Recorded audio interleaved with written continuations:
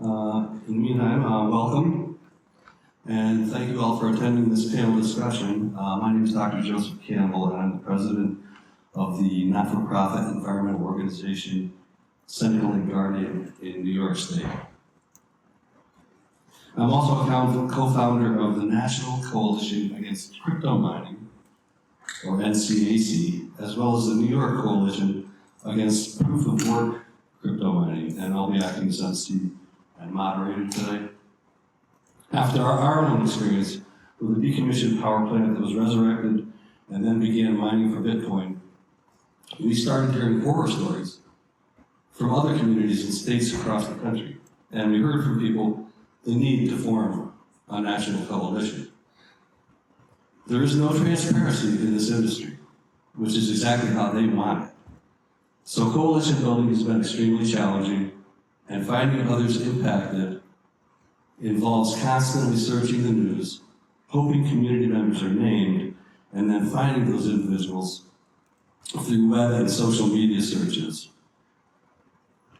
Today, our coalition is comprised of 23 frontline communities across 13 states and growing, including Georgia, New York, North Carolina, South Carolina, Texas, West Virginia, Kentucky, Minnesota, Nebraska, Washington, Pennsylvania, Tennessee, and Arkansas, who are experiencing firsthand the negative health, environmental nuisance, and climate impacts of cryptocurrency mining.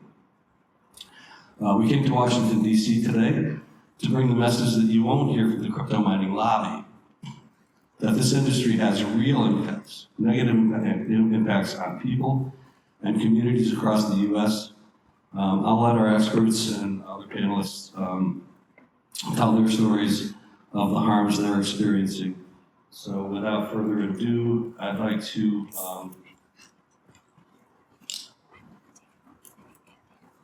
introduce our first speaker. Colin Reed is a professor of sustainability and of money and banking at the State University of New York, and the author of the book, The Bitcoin Dilemma, and other papers on Bitcoin and cryptocurrencies. He was the mayor of the city of Plattsburgh, New York, following a wave of Bitcoin mining arrivals that required immediate public policies to protect ratepayers and residents. So, Colin?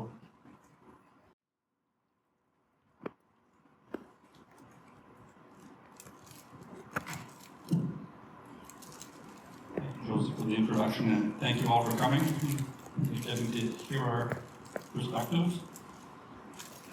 First of all, let me just offer you a 30-second synopsis of the crypto industry, and then we're going to depart on a very small subset of that industry called proof of work mining. It's very important to make that distinction between crypto and crypto mining.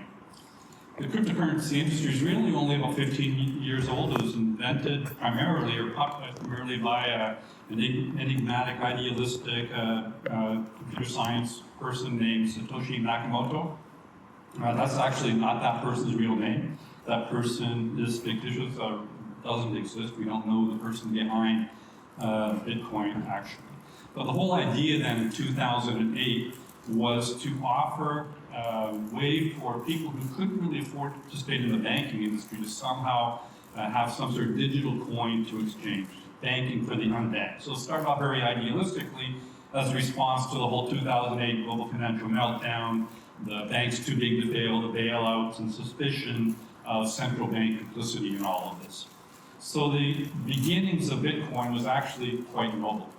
She invented this technique that required the ledgers of transactions every 10 minutes between all the people who've been transacting digitally to be recorded in a ledger.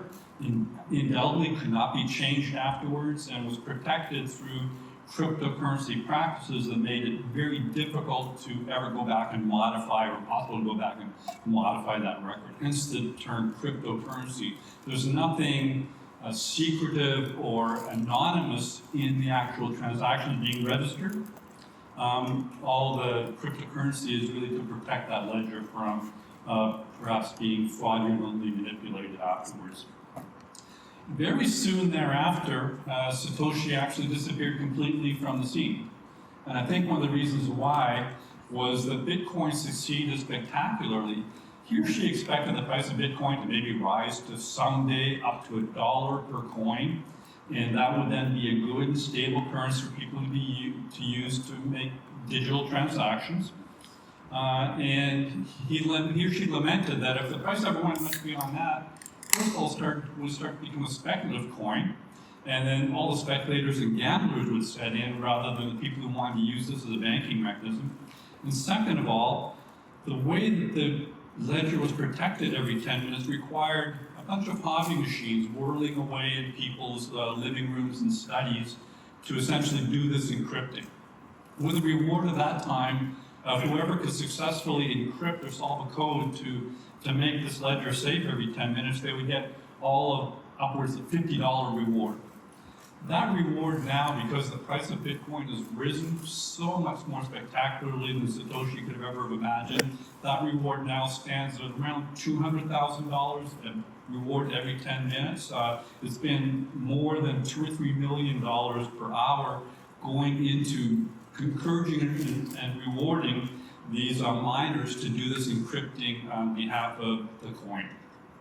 And that really ends up being the problem, because Satoshi lamented back in 2010 or so, a couple years after this when it came out, that if the price ever rose sufficiently, people now start diverting more and more energy, using more and more electricity into doing this mining operation to the point where it doesn't make sense anymore, it wouldn't be sustainable. So very shortly thereafter, Satoshi left the scene.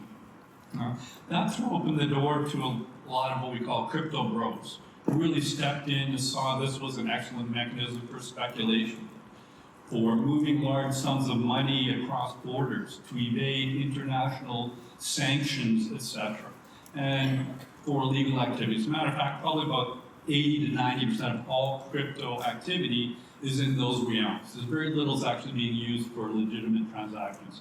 The crypto is not really a solution looking for a problem quite yet.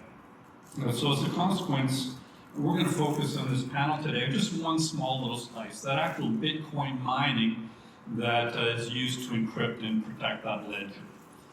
Now, the problem is primarily that Bitcoin miners use electricity to bid up the cost of trying to manipulate the recording of this coin. And I mentioned the reward right now is about $200,000 that goes to some lucky miner or mining pool every 10 minutes to do this process. That primarily means about $200,000 of electricity is being used, because electricity is essentially the raw material in this process.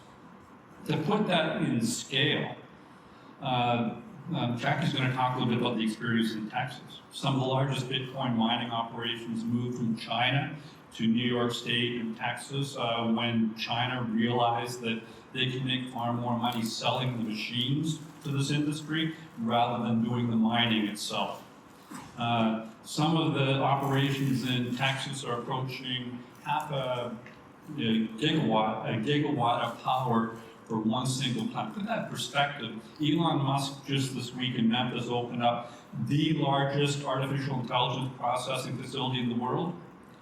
That uses about 170 megawatts. Many of the sites in Texas use more power than single sites than the largest AI processing facility in the world right now. So when we talk about all the energy now going into being diverted to AI and Bitcoin mining, it's really Bitcoin mining is about 90% of it still. Now all the other coins, there's tens of thousands of coins that have tried to capitalize on this little industry. All the other coins, or almost all the other coins, except for one or two exceptions, went to another technique that wasn't so energy intensive called proof of stake mining, benign. A few machines can handle all the needs to, for instance, handle Ethereum mining, for instance. It's only Bitcoin primarily that we're really talking about, and now when we talk about the problems with mining. So a huge amount of electricity being used, out pop from these machines, a stream of new Bitcoin every 10 minutes, incorporating all the transactions that have occurred in this little cryptocurrency exercise. A ton of heat is being generated. So much of the complaints you'll hear from the various speakers today have to do with two things. First, the huge amount of electricity representing 2 to 3% of the electricity worldwide at this point. It's upwards of 5% in some states is being used, and the heat generated is essentially being wasted. As a matter of fact, one of the things that I tried to do when Bitcoin came to town in Plattsburgh, New York, we had 1.7 cents per kilowatt hour industrial grade electricity. So we were like at the center of the map of Bitcoin activity back in 2016, 2017 when I became mayor. Everybody wanted to get some of our electricity. We didn't have enough electricity, so we just sold all of our electricity allotment 10 or 100 times over easily to this industry. So they're all coming to town. We stopped them from coming to town by actually imposing one small little requirement. If you come to town and want to use our electricity, you need to make sure that you don't waste that heat. Heat up a gym, heat up a school, heat up a college next door. Just don't put it in the atmosphere through these loud whirling fans that annoy the neighborhood. And after that, no Bitcoin miners want to come anymore. What they seek is very, very low level of regulation, very low requirements on them, and a subsidized and very low rate of electricity, price of electricity. So that pretty much summarizes the industry.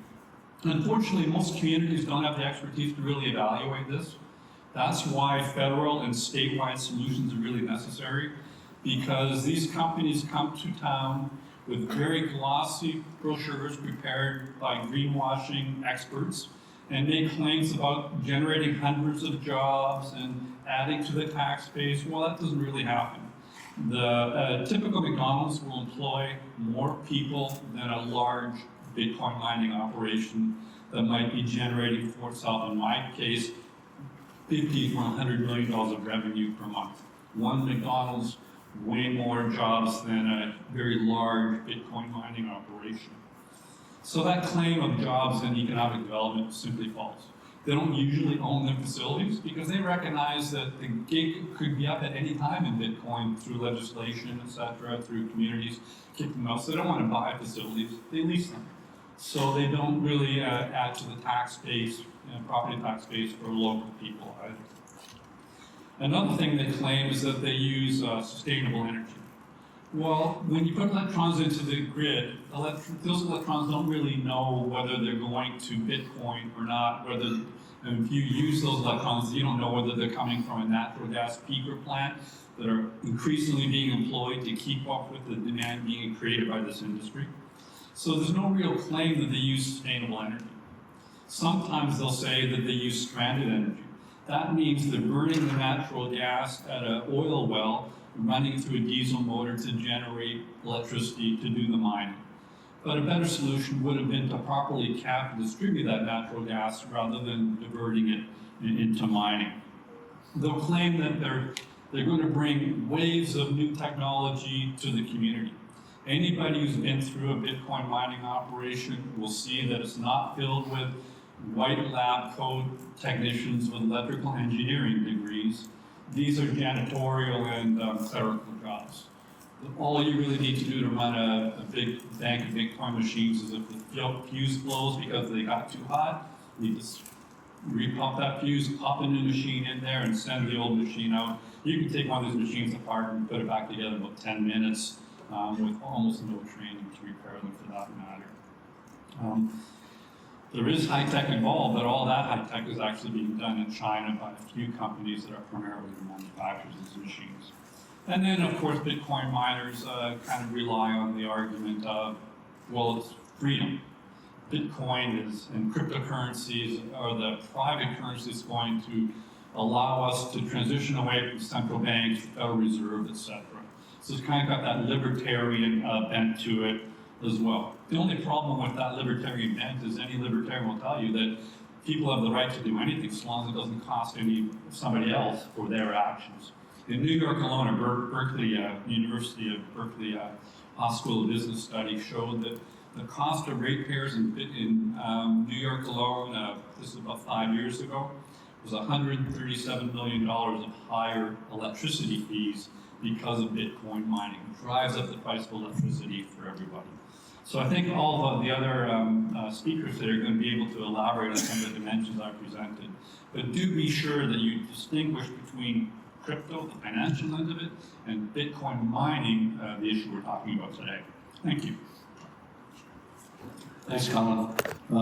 It's my pleasure and an honor to introduce our next speaker.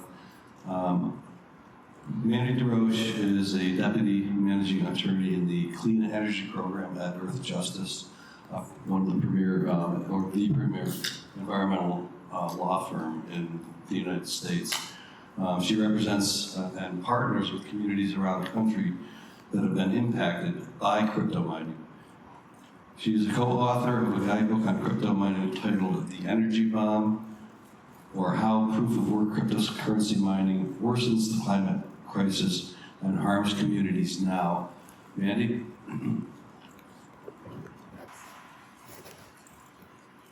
Thank you, Joseph. Thank you to the panelists. Thanks, everybody, for coming. I'm here to talk about the impacts from this unregulated industry because they're huge and they are under-recognized. As you just heard from Professor Reed, when a crypto mine moves into town, experience and studies have shown that electricity rates increase by millions and even billions of dollars. As you'll hear from Jackie from the Texas Coalition, where crypto mining has exploded, it threatens a shaky grid, as recent and stronger storms have shown us. ERCOT, the market in Texas, has found that crypto miners show, quote, inconsistent behavior and, quote, an inconsistent response when expected to reduce consumption, for example, in heat waves or in cold snaps. The TVA, the Tennessee Valley Authority, which covers large areas of 7 states, has had to make significant adjustments when over 300 miners moved into their service territory. On top of that, crypto miners pay fractions, as you heard, in Plattsburgh, than regular people and small businesses. In Texas, Riot Blockchain pays between 2.5 and 3 cents a kilowatt hour. The average residential ratepayer in Texas pays about 13 or 14 cents a kilowatt hour. In New York State, DigiHost, which bought a power plant for its own personal use, as did Greenwich, as you'll hear from Yvonne, pays the equivalent of 3 cents a kilowatt hour, while residential ratepayers in New York pay an average of 22 cents a kilowatt hour. On top of cheap electricity, crypto miners in many places are offered subsidies. Professor Lau will tell you about how the enormous tax incentives to crypto miners in his state have cost Kentuckians millions of dollars per year in lost tax revenue. Crypto mines have enormous environmental impacts. They have increased greenhouse gas emissions and local air pollution significantly, but we're all working so hard to transition to a clean energy economy in a time of crisis. We have seen coal and gas plants unretire or go from operating just a few days a year to running 24/7, 365. As Yvonne will tell you next, we've seen gas plants come back across the state of New York. We've seen them divert clean energy. Crypto mining has been blamed, in part, in New York State for being off track from statutory climate mandates. And we see this over and over and over again from our clients in New York, Pennsylvania, Indiana, Montana, and more. Crypto mining is reversing the progress that we are making toward an affordable and clean energy transition. Crypto mining also uses a tremendous amount of water. It creates horrendous noise pollution. And on top of all of that, they change out their mining equipment so frequently that even the initial estimates of electronic waste have increased substantially. Senator Markey's Crypto Asset Environmental Transparency Bill would have helped increase transparency of impacts like these. And we are grateful that the EIA will soon again make an effort to collect this data from crypto miners, and that effort should be fully funded and fully supported. Next, I want to talk about what's happening in the states. So, despite all these adverse impacts, pro-crypto mining groups are pushing preferential treatment at the expense of real people. Aggressive pro-mining state laws are being introduced and passing state by state. Tammy Hornbeck was supposed to be with us here today from the Concerned Citizens of Arkansas County, but her trip was canceled because of the crowd strike outage. She would have been here to tell you how crypto mining has upended her community and her life after a so-called right to mine bill was passed in Arkansas in 2023, and a crypto mine moved in nearby. The company that moved in near her harassed her and her community with subpoenas for personal phone records, email correspondence, just for them standing up for themselves and their rights. After Arkansas enacted that right to mine bill in 2023, there was a near instant regret after an influx of crypto miners came in. Residents across the state of all political stripes and economic circumstances were impacted and worked together to fight back. Tammy and the concerned citizens of Arkansas County learned about a complicated topic very quickly. They gathered over 1,000 signatures to take to their state government. They used their personal time and their personal resources. They worked with other impacted communities across Arkansas. It shouldn't be this way, but their local representatives and courts weren't able to protect them. Tammy has asked us, how many people need to suffer at the hands of this industry before something is done? Less than a year after that right to mine passed in Arkansas, legislators apologized, on the record, for voting for a bill that they didn't understand. And they worked to begin to fix things. A few months ago, Governor Huckabee Sanders signed into two new laws, that repeal many of the aspects of that right to mine bill. And Arkansas's experience is not an isolated one. So-called right to mine bills have become law in 3 states and have been introduced in 10 to 15 more. These bills put crypto miner profits above and over people's rights to clean air, clean water, and a quiet environment. Federal action is needed because communities cannot fight this town by town and county by county. We cannot afford to move backwards in a time of climate crisis because of unregulated crypto mining. Thank you.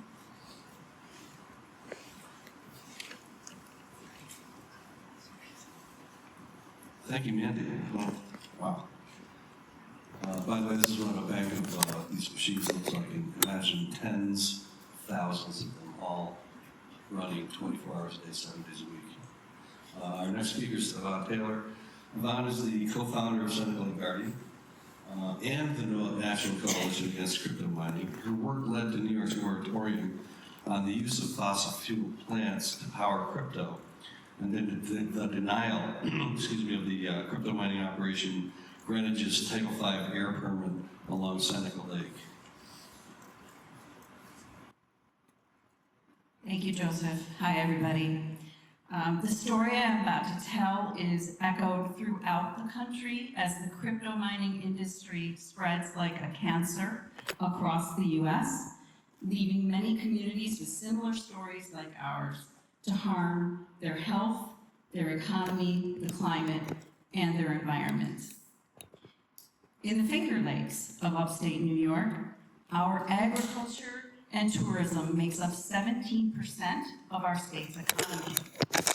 Agritourism back home supports 60,000 jobs and generates $3 billion worth of revenue for New York State annually, and all of these small business owners' jobs rely heavily on clean air and clean water for their success.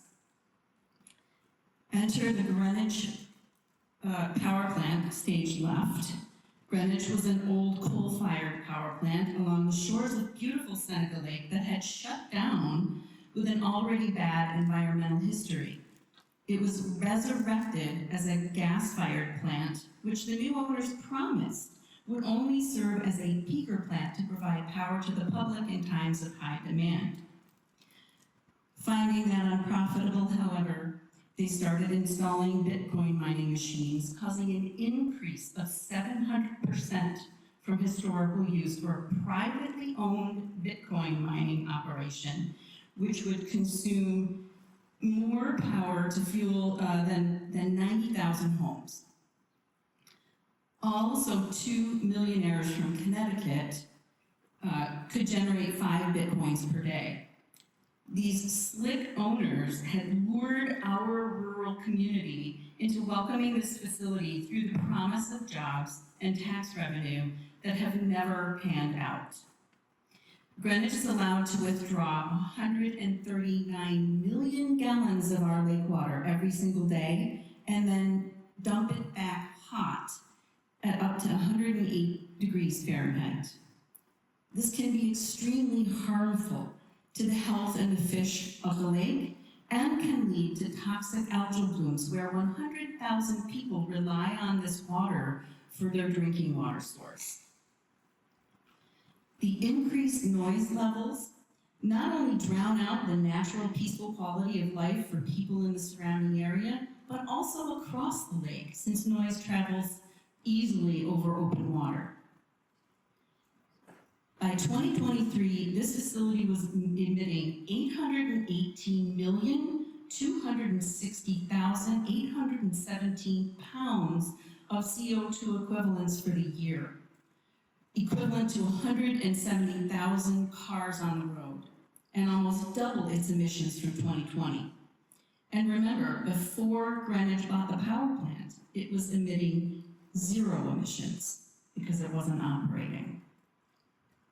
And here's the astonishing part.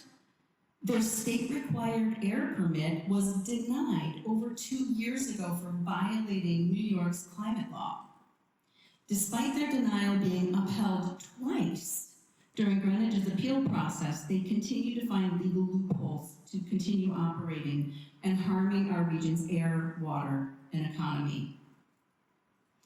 So Greenwich became the test case in the state of New York for how other underutilized or decommissioned power plants would fall across the state. And thanks to many citizens, elected officials, and statewide organizations who saw the writing on the wall of this predatory industry, we now have a moratorium on resurrecting fossil fuel burning power plants for Bitcoin mining purposes while environmental study is being completed. But knowing how mobile these machines are, we quickly realized that Bitcoin miners would simply move their machines to other more friendly states, harming other communities and undermining our national climate goals. Which is why we formed the NCAC, which continues to grow as rapidly as the industry spreads. Despite its claims, not only is this energy-intensive industry burning excessive amounts of fossil fuel to feed its greed, but it is also scarfing up those precious green electrons that the public could otherwise be using while we transition away from fossil fuels and toward renewable energy. So despite their claims, they are hindering, not helping, our climate goals. It's the Wild West for crypto mining here, with very little environmental oversight or regulation, and we're fighting against a nefarious industry with as much lobbying dollars as the pharmaceutical industry. Communities like mine don't have that kind of lobbying power, but we're here today to help you understand that despite the crypto mining industry's aggressive campaign, there's another really critical story to tell. I speak today on behalf of all the other people and communities here throughout the country when I tell you that this can't be a town-by-town or a state-by-state fight. The consequences of Bitcoin mining negatively affect every community in the United States, either directly or indirectly, with little to no public benefit, other than making a very few very rich people richer. And we know there are alternatives to crypto mining that use 99.99% less energy. In sum, we need you to see how this largely unregulated industry preys on unsuspecting towns by exaggerating the impact of new jobs and revenue while ignoring concerns about wasteful energy practices, increased emissions, high noise levels, water use, and massive amounts of electronic waste. And we urge you not to believe their well-funded hype and support legislation like Senator Markey's that seek to protect communities like mine and communities in your own districts. Because to burn more fossil fuels to make virtual currency in the middle of a climate crisis is literally insane. Thank you. Daniel Lau is a professor of electrical and computer engineering at the University of Kentucky and a certified professional engineer. Aside from the education work, Dr. Lau has been studying the impact of Bitcoin mining in state and local communities. Okay, yeah, two points. The U.S. power grid has been evolving for over 100 years. That includes power production and delivery and billing. It's never seen anything like Bitcoin mining. And one of the things that hasn't been cleared is that it sounds like Bitcoin miners make all their money off of Bitcoin. That's not actually true. They actually hold electricity at ransom. And more on that, but the point is that when they buy their electricity based on the contracts they're getting, they own that electricity. And they consume so much of it that there's nothing left. And if you need it, in case of a heat wave, as we've seen in ERCOT, Texas, they will sell it back to you at $1.12 per kilowatt hour for electricity that you're only paying 2.5 cents for. That means that residential ratepayers have to carry that burden of the ransom. So that being said, to give you an idea of what I talk about this business model is Toyota manufacturing, the second slide even. Toyota manufacturing in Georgetown, Kentucky consumes on average 50 megawatts of electricity. 50 megawatts of electricity. With that 50 megawatts, they actually assemble over 500,000 cars a year. They employ over 7,000 people and they pay more than $550 million in annual salaries. If they were to increase their capacity up to the 1 gigawatt that the Navarro County, Texas Bitcoin mine consumes, they would employ 149,000 people and pay over $10 billion in salaries. As it is, the Navarro County Bitcoin mine employs less than 400 people. Sweden's energy minister was quoted in 2022 as saying that it was more important to provide electricity for job-creating industries such as steelmaking. In January 2022, the electric grid in Kazakhstan became so unreliable that there were mass protests. And just this past week, Vladimir Putin has voiced similar concerns about the electric grid in Russia. As the number 3 country in the world for Bitcoin mining, those Bitcoin mines are going to be forced out of Russia, and they're most likely to end up in the United States. Georgia, Iceland, Kosovo, and Canada have all voiced concerns about the effects of Bitcoin mining taking up too much of their electricity. In Frankfort, Kentucky, the Public Services Committee denied a request by Kentucky Power to provide millions of dollars in subsidized electricity for a 250 megawatt Bitcoin mine. 250 megawatts is a face-melting amount of electricity, okay? I can't even tell you, studying this stuff, how much electricity that is. It is like the number infinity. Your brain is incapable of understanding how big that number is. In order to be able to provide those discounts, Kentucky Power was proposing an 18% increase on residential ratepayers in the poorest communities in the country. That is eastern Appalachia, Kentucky. Okay. Well, it's in Appalachia. It's not Appalachia, Kentucky, but it's in Appalachia. These are some of the poorest communities in the country. They were proposing an 18% increase. At the same time, providing that 250 megawatts would have meant keeping a gas power plant in production indefinitely. August of 2023, the PSC also approved more than $4 million in subsidized electricity rates for a Bitcoin mine in western Kentucky, in exchange for up to 5 jobs. 1 job is up to 5. You understand, up to means less than or equal to. So 1 job is up to 5.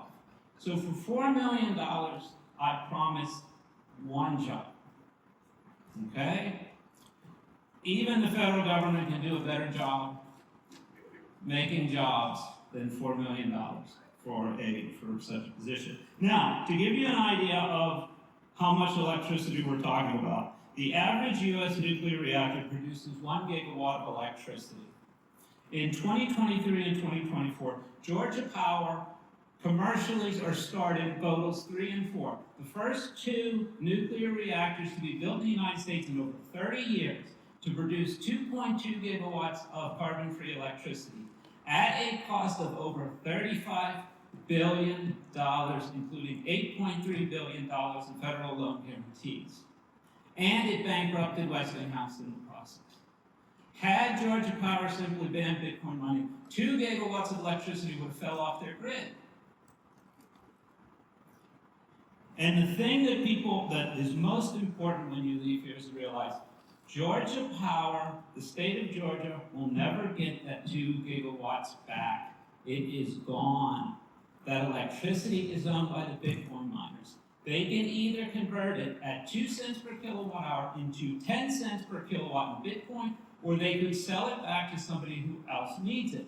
In particular, if Toyota manufacturer wanted to move those 7,000 jobs to Georgia, they would have to negotiate for that 50 megawatts with the Bitcoin miners.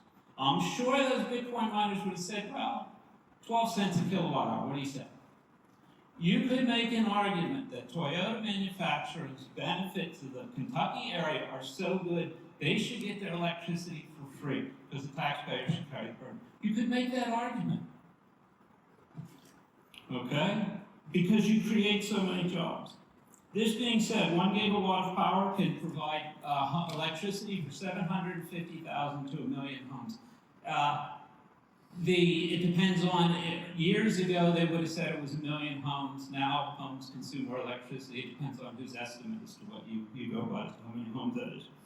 In one day, 1 gigawatt produces 24 gigawatt hours. That's the equivalent to 8.5 billion AI-assisted searches at Google. If they were non-assisted, it would actually be 10 times that amount.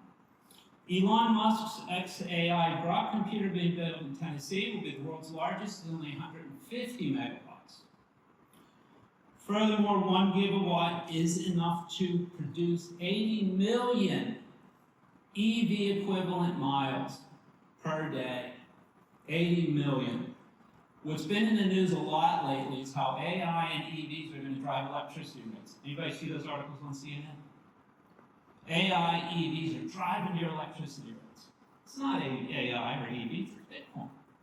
It's an order of magnitude, multiple orders of magnitude more electricity is going to go to Bitcoin than it's going to go to AI or EVs. The EIA report says that Bitcoin accounts for 0.5 to 2.3% of all electricity consumed in the United States. However, if you read the report, based on a limited number of surveys they got back from Bitcoin miners, they believe that the estimate is closer to the top 2.3% than it is the 0.5. It is expected to grow by 40% over the next 2 years. Jennifer Granholm said in a Politico article, "It keeps me up at night." Not me, her. Now, it does keep me up at night. Okay? So, in closing, let me just point out a quote that a lot of people would skip over. And that was in April of 2024, I read an article about Gilmore County, Georgia, which is one of those communities dealing with a Bitcoin mine. Read this quote. "In our RE/MAX office, we have already had people call and try to list their house for sale." Now, you guys look pretty young. You guys, not anybody's a homeowner. I mean, you get to my age at 50, your home's pretty important. You know, you're thinking about retirement. You're thinking about the last stages of your life while you're still not actually there. And your home's pretty important. It's a big deal. And so, like that, just, oh, there's a Bitcoin mine. Hurry up, sell the house.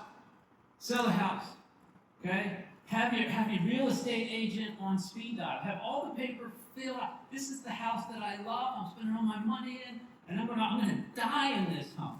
Oh, Bitcoin mine. Oh, too bad we gotta go.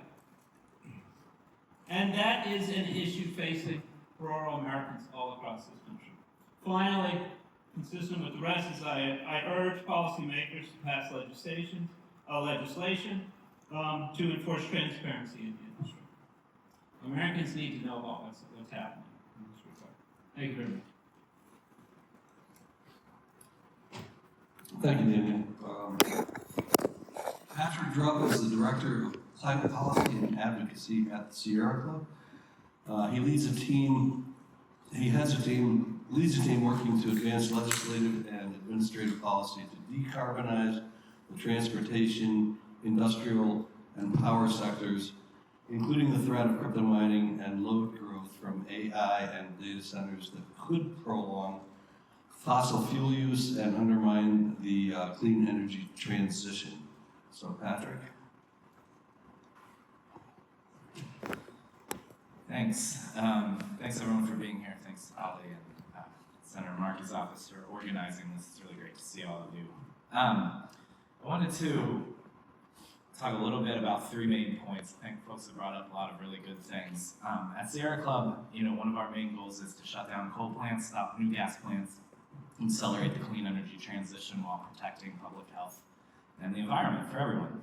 And when I think about cryptocurrency and clean energy and the relationship, and we really started seeing this become a problem a number of years ago as threats usually bubble up in the states. We start seeing things like the right to mine laws that Mandy mentioned, ALEC type legislation called sandbox legislation, which basically makes it so crypto miners can do whatever they want for a couple of years with no regulations. And we were really wondering, like, what is going on? And how does this impact us at Sierra Club? And,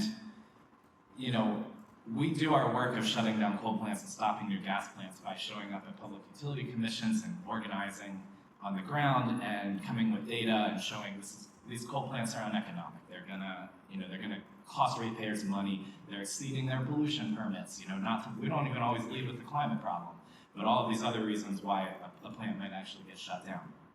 And so as we started doing more stuff on crypto and looking more, we kind of realized three things that I want to touch on, which have kind of been touched on by a lot of folks already.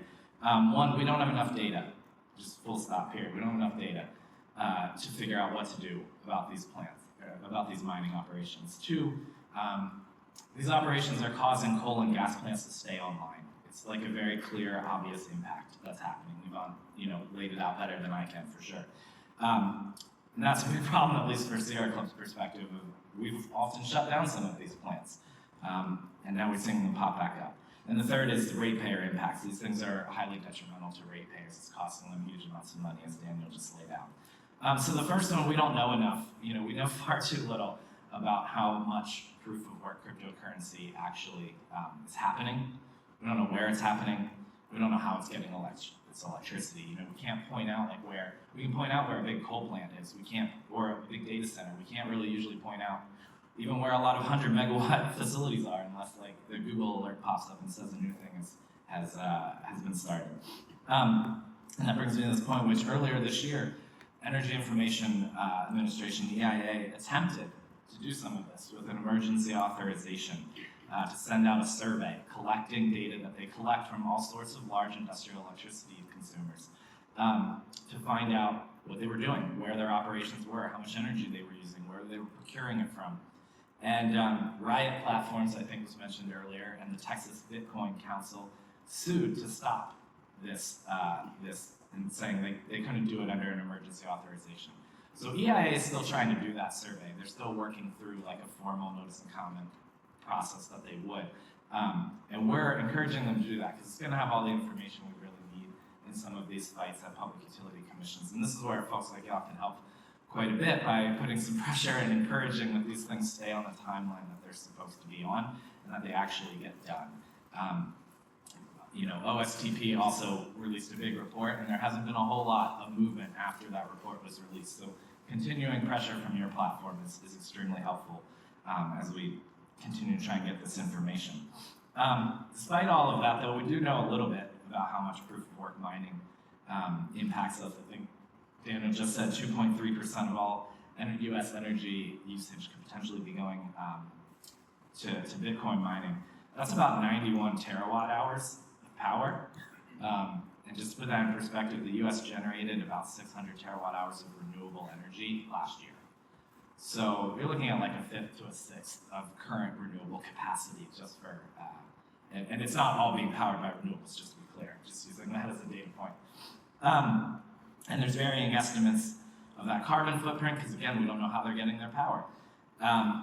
But some estimates put it close to about 3.5 million gas-powered cars, and globally, it's about more CO2 than many small countries, like Ireland, Greece, Denmark, Norway. So it's a huge amount of energy with a major impact. My second point about zombie plants, which we call these plants that won't go offline despite the fact that we've proven they're uneconomic for ratepayers. Crypto makes a lot of fancy claims that they can unlock renewable energy and that they can have this potential because they provide an end use for curtailed energy that would otherwise be curtailed. And so you can build out extra renewable energy, and when it's not being used by air conditioners or heaters, it can go to this thing and there's a customer for it. So you can build way more clean energy than you ever would without it. That is absolutely not what is happening. It's a great little idea in theory, but it is clearly not what's happening. because cryptocurrency mining, we know, has been a primary driver of continued operations of multiple coal plants like the one in Greenwich, New York, and other places around the country that already have retired because they were uneconomic. We had done their job, and now we had done our job of stopping it, and now we have to do it again. Plants in Montana, plants in Pennsylvania, burning waste coal, even more polluting than traditional coal. And so cryptocurrency is really driving us to a dirtier grid, even though it is claiming at the same time that it's cleaning up our grid and providing potential to unlock huge amounts of renewable. I think it was also mentioned, there appears to be kind of a beneficial agreement between the fossil fuel heavy utilities and cryptocurrency mining operations. They're targeting rural electric co-ops, which are often heavily invested in coal, targeting the TVA. I think the Satoshi Action Fund was mentioned earlier, which has been the primary proponent of the right to mine laws. And that is an organization founded and run by fossil fuel lobbyists. So there's a lot of connections here, and it's not quite surprising once you start digging deeper that the fossil fuel industry is really benefiting the most. And my last point, really, there's huge ratepayer impacts. These are both from the build out of new infrastructure to meet demand and the payments that are made for demand response operations. We're talking about serving facilities that have electricity usage that's the size of small towns, or not small towns, small cities. Toledo, Ohio, Lubbock, Texas are good examples of about the size of the electricity usage. And that cost is being borne by ratepayers more often than not.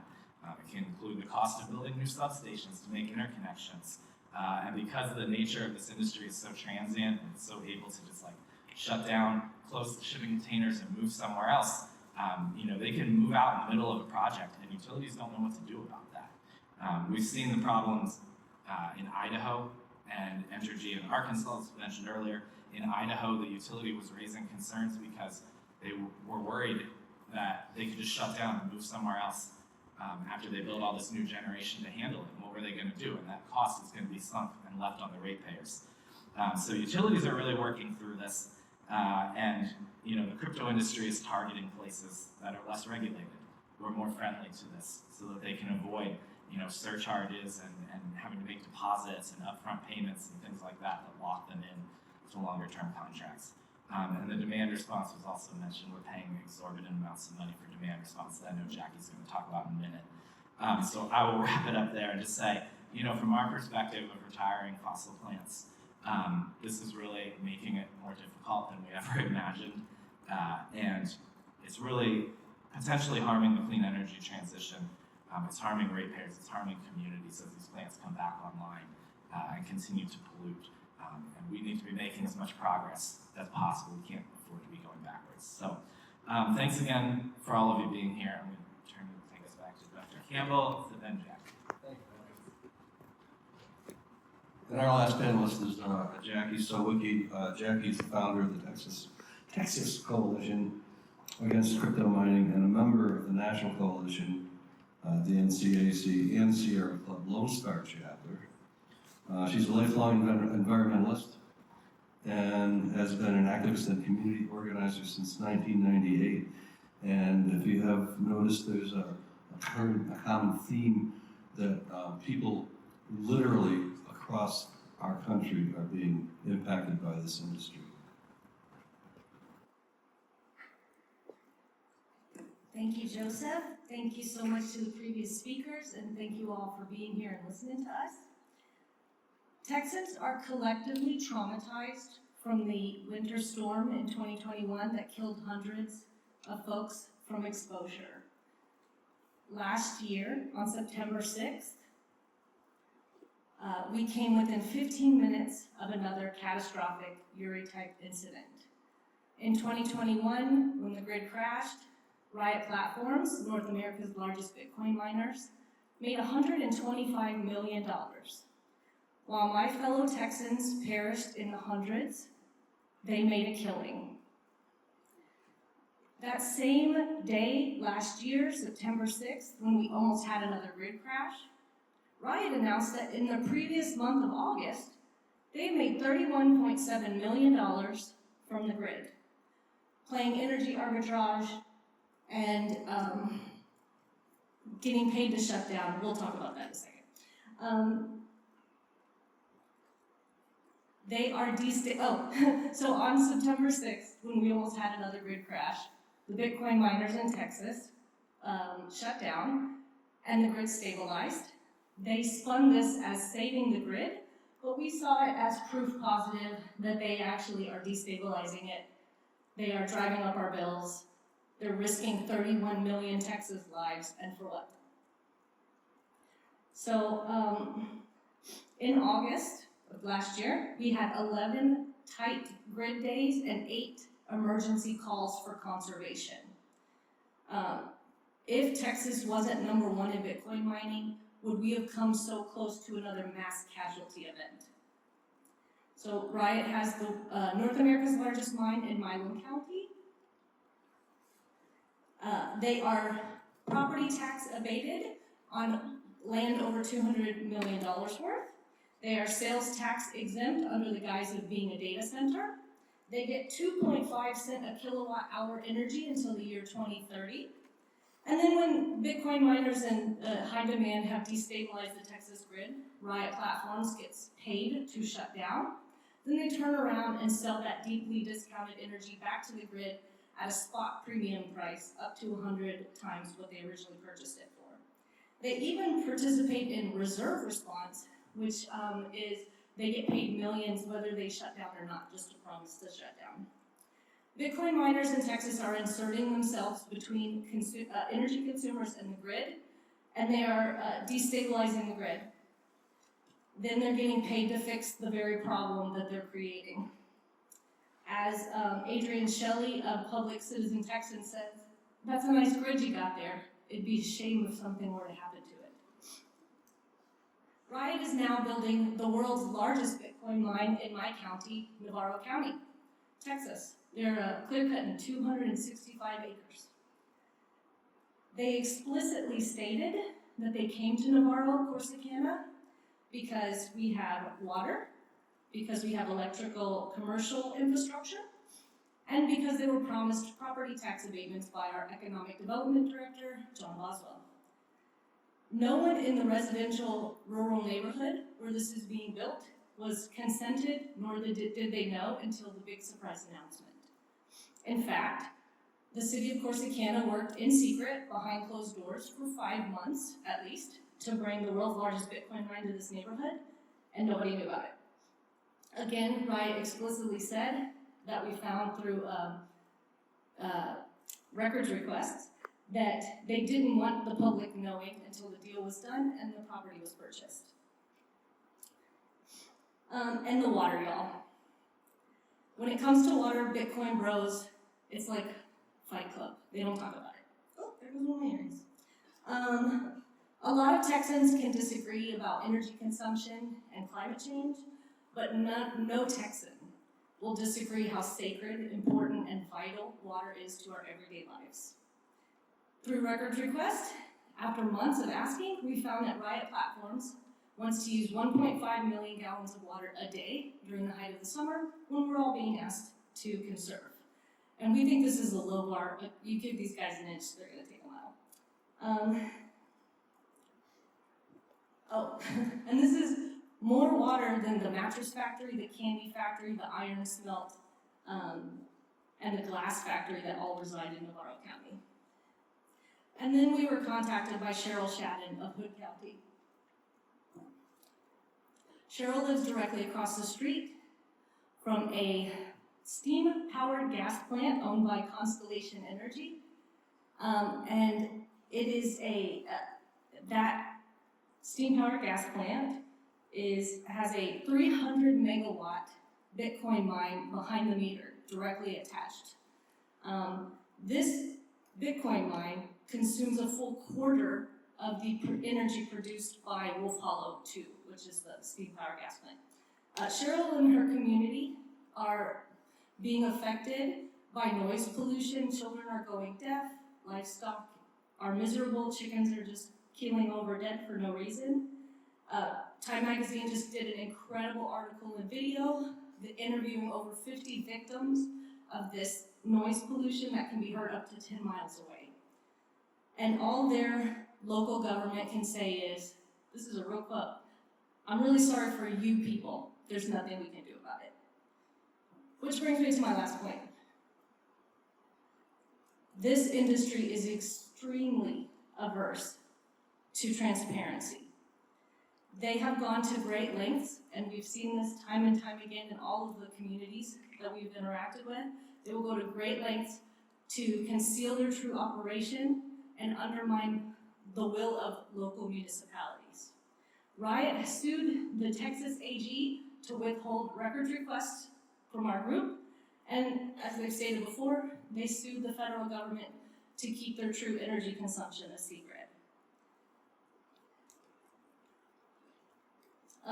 A lot of my so-called representatives in Texas are paid speakers and frequent guests of podcast and Bitcoin conferences, which is why we need strong federal legislation to protect poor, vulnerable communities, often communities of color, from this predatory industry. We support bills like Markey's bill because we need transparency. We need to know who these guys are, where they are, and what they're doing, and how much they're consuming. So thank you so much again for being here, and we are excited to take some questions from y'all. And we wanted to give you a little example.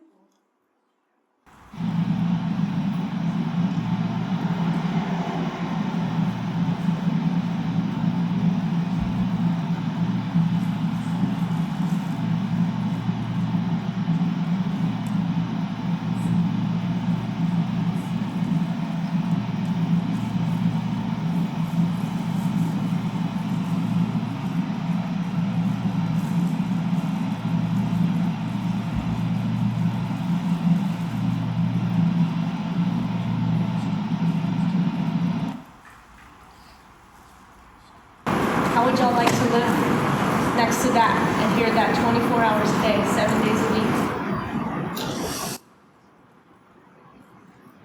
What Jackie just said was, our microphone's not on, but imagine living next to that and having that noise intrude on your peace and quiet 24 hours a day, 7 days a week. We do have a time for a few questions from you folks. I want to thank you again for all for coming here. Just states that are represented by you guys include New York, Arizona, Wisconsin, Nevada, Illinois, Georgia, Massachusetts, Colorado, Maine, Maryland, Minnesota, New Jersey, Ohio, Rhode Island, Florida, Colorado, I think I was in Colorado, and last but not least, California. So thank you all again. From the registration form, the question is, why doesn't Bitcoin stop their incredible waste of precious electricity? Colin, you want to take that one? Sure, it's pretty much baked into the protocol for Bitcoin mining that it has to be done this way. To change and move to a protocol like Ethereum recently changed to proof of stake rather than proof of work. Ethereum is very closely controlled, so they could do that. It would require a vote of all the miners in the world to convert to another protocol. And since all the miners in the world are making $200,000 every 10 minutes off of this, there's no way they're going to ever move away from proof of work. Doesn't mean we can't do some things to discourage it. A tax on their energy usage, a tax on Bitcoin, tightening up codes, etc., can cut that down, but it will only displace it moving to some other community rather than the U.S. That's what China did. They just kicked them out. Russia's going to kick them out. Kazakhstan, I think, perhaps kicked them out as well. But it's very difficult, very slippery to actually develop public policy to do it. We required them in Plattsburgh, as I mentioned earlier, to recycle the heat. That was enough to actually make them leave Plattsburgh because they always want to find that jurisdiction with the minimum amount of regulation and the best electricity prices. So from a public policy point of view, it's challenging to figure out how to deal with this because it's such a slippery industry. You just can't change the protocol on them. They'll always find a way to do it somewhere else. The next question is, how can companies take greater responsibility for both building infrastructure and managing energy usage rather than leaving local cities to bear infrastructure costs? And I think that was touched on by one of our panelists Yvonne, want to take that one? Mandy? Well, I got an idea. An idea that I floated in the past is, of course, you have residential, commercial, industrial zoning laws. My personal belief is you should create a new zoning, which is digital industrial, which corresponds to high electricity, high data access, low human resources. You need high-speed internet access for these things. You need lots of electricity, but you don't need bathrooms. You don't need parking. You don't need, easy access as far as drive up to it. And for that reason, it should have its own zoning laws, in which case we would put it number one away from people. And at the same time, as I said, that you have to have laws about how that they can't resell the electricity, because that's one of the biggest draws. If you're selling electricity to me at 2.5 cents, I can convert it into 10 cents. I'm going to take every kilowatt that you can sell me. I'm going to take it all. Or you got a brand new plant coming out, I'll buy it now. Because that is the price of electricity, 10 cents a kilowatt hour, because that's what I can convert it into through Bitcoin. I spoke with the Economic Development Director of Rockdale, Texas, where Riot has North America's largest mine right now. And between Riot Platforms and Deer, which is another mine on the defunct Alcoa smelting facility, those two Bitcoin mines have essentially taken up all of the electrical infrastructure. If a real productive industry wanted to move into Milam County, they would have to build new transmission, new generation, and of course, every new thing that's built is paid for by ratepayers, by normal residents and businesses. I've got to chime in here too. I'm not a geek or nerd or an expert on all of this stuff, but to me it seems very simple.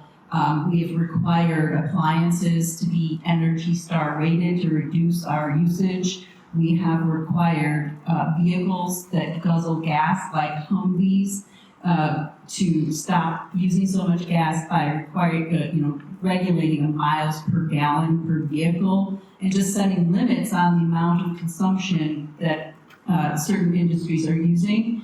And I think that we could do the same thing with this industry. Which brings to mind the fact that there is no industry in the human history that was specifically designed to consume as much energy as human possible. There is no such thing as enough in the proof of waste. They call it proof of work, I call it proof of waste, Bitcoin mining industry. If you look at the Digiconomist, if you look at any of the consumption indexes, that is one of the things that just keep going straight up. Like, before it was just a small country, now it's a mid-sized country. If we don't put any regulations and any kind of controls over this, they will consume as much energy as we will allow them. And that is crowding out real productive industry, and it is harming locals, and it's costing everyone. I also know here that we have staff here from the Joint Economic Committee and the Banking Committee. Again, thank you for coming, and hope you all take something away from this panel discussion. We welcome any questions from any of you. Just state your name and what your affiliation is, please.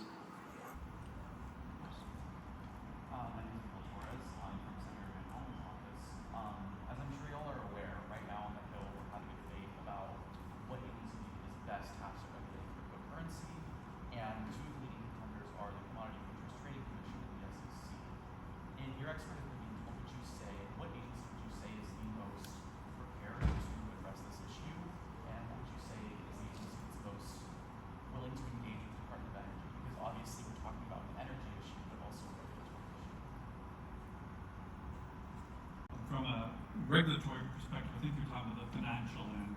CFTC is obviously going to regulate far lighter hand than the SEC was, and I think that's really beyond debate. The issue is whether the Bitcoin is a security or whether it's a commodity, of course.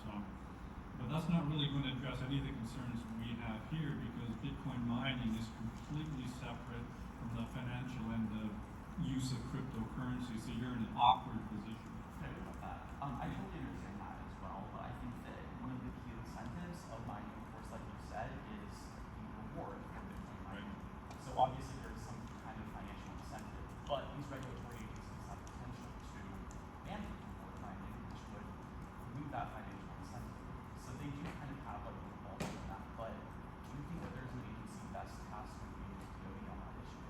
Well, from a money and banking perspective, I think obviously the SEC is far better prepared to regulate an industry that markets to investors. We've all seen the Super Bowl commercials. So it seems to me that they're claiming to be a security, so I don't understand why they'd be regulated by anybody but the Securities and Exchange Commission from a money and banking perspective. Yes. Hi, my name is Atticus. I'm from Senator Warnock's office, and my question is, what recommendations do you have for policymakers to potentially be able to incentivize switches to proof of stake mining, whether it be by a carrot or a stick incentive?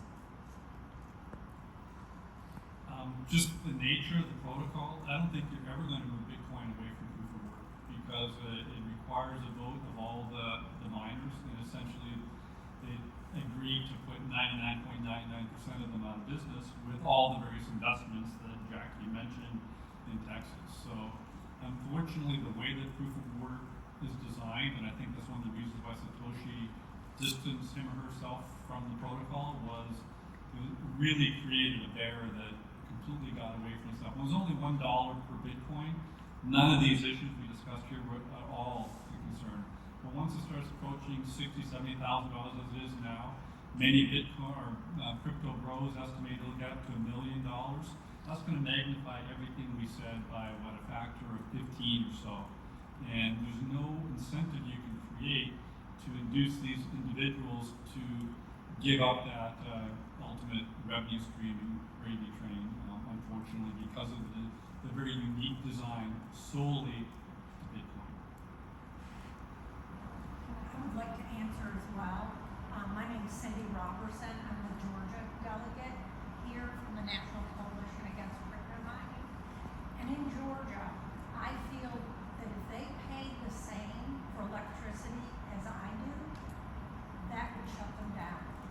The largest Bitcoin miner in Georgia, which brags about consuming 1 gigawatt, so of our 2 to 3 gigawatts of Bitcoin mining consumption in Georgia, this one company takes about a third of it.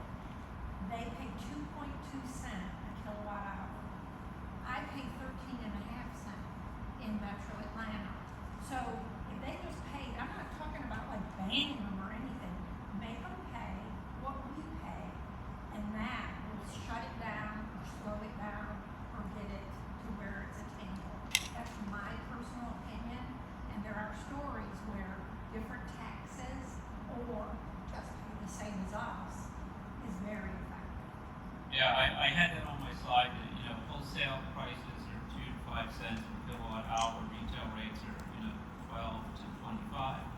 But that's based on the idea that wholesalers are creating jobs and that creates tax and then the benefits. And so, but what's now happening is now the exact opposite. Retail ratepayers cannot subsidize the amount of electricity that's going to wholesale. It literally flips it over, and you're trying to say, how do you build an economic model that accounts for that and sort of says, you know what, business should be paying the 12 cents so that residential can benefit from the fact, oh, you're buying so much electricity, you're going to generate a profit that's going to pay for the grid upgrades. And I, the residential consumer, can benefit from not having to, carry to subsidize. You're going to be forced into doing it the opposite way. This is what I think. I'd like to also add, sorry, real quick, to echo what they've been saying. Riot was promised tax abatements in Navarro County on property they estimate will be eventually worth $600 million. They were promised tax abatements. Our group, the Texas Coalition, rallied our group We stopped them from getting tax abatements, and now they are literally threatening the community that if they don't get those tax abatements they were promised, they will not continue to hire, they won't expand, and they won't keep throwing money around. So one of the first things these industries do is they come into poor, desperate rural areas, and they start giving a bunch of money to the Chamber of Commerce, to local charities. Riot put lights on the football field in Milam County. They do this reputation laundering thing, and now they're going, hey, if we don't get these abatements we are guaranteed, we're not going to keep giving your poor, desperate community these funds. So they have explicitly said, without these abatements, the economics aren't there. So if they weren't being subsidized and given handouts and welfare from poor Texans, their business model would not work. I had one more question for this gentleman. Yes, sir. Your question made me think, just the response of that one, was making me think, I know for certain legislation in various different forms, such as like EB5 visa, EB5 immigrant investors program, that one has a minimum on how many jobs the investor has to create. Would you think like some sort of limitation on that or regulation on that, saying if you're going to open up here and you want this type of rate on your, if you want the retail rate on your energy, you have to create a minimum number of jobs. Would that be, in your professional opinion, do you think that would be effective? Ultimately, it is. Well, I mean, what is the job that they would do? You're basically, there's nothing you can do here. I'll give you a job which is to do what? Right? I'm just simply saying, so yeah, you must create jobs. What are they, just people are just going to sit around, right? I mean, there's nothing to be done in these locations, and so that's the one thing I was there to say. And economic developers use, my community use electricity as an economic development tool, especially if we have relatively cheap electricity. But we measure the number of jobs per megawatt of power that we offer to the local manufacturer. In my town, when I was mayor, we had one plastics company that generated about, I think, 400 jobs for 10 megawatts of power. Bitcoin generated about 4 jobs for 10 megawatts of power, about 1/100th what we would normally expect from an economic development point of view. Now, they would be happy if you could give them the power. They still hire the 99 other people, still have them sitting around and still make gobs of money in this industry. But it's not at all labor intensive. It uses one resource. It uses electricity and converts that to heat and Bitcoin. So there's not really much for local communities in any way whatsoever. And in Texas, 3 Republicans actually authored a bill, SB 1751, that would have prohibited property tax abatement. So these kind of things are supposed to entice businesses. Well, Texas is #1 in Bitcoin mining. We don't really need to entice that industry. They're here. So it would have prohibited tax abatements. It would have mandated transparency, and it would have capped ancillary service participation at 20%. It passed unanimously out of the Texas Senate. It was fast-tracked, and then the crypto bros, because this is the only way they can operate is with these subsidies and welfare. They had a rally on the Texas Capitol. They did everything they possibly could, and it died in committee in the House. So just those simple little things, transparency, paying, not getting welfare and subsidies. I say welfare because they're libertarians, so I like to use the stuff that they're against. And mandating that they can't, and we found out they're already using over 20% of the Texas ancillary services that are cuts. So I know we're over time, and I want to thank everybody for hanging in there with us. Please, we're around for the rest of the day and tomorrow. If anybody wants a follow-up meeting, or if you want to do a follow-up by Zoom, please sign in and make the request to meet with us. We're happy to continue this